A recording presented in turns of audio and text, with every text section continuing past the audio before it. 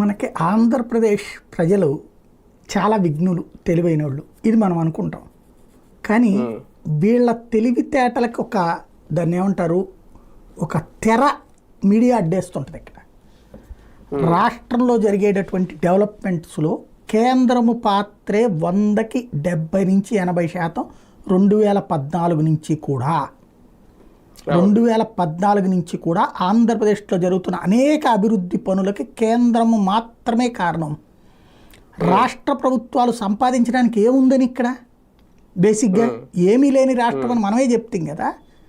కానీ మరి ఎక్కడి నుంచి నడుస్తున్నది రాష్ట్రం అంటే, ఒకటి లోన్ల ద్వారా నడుస్తుంది.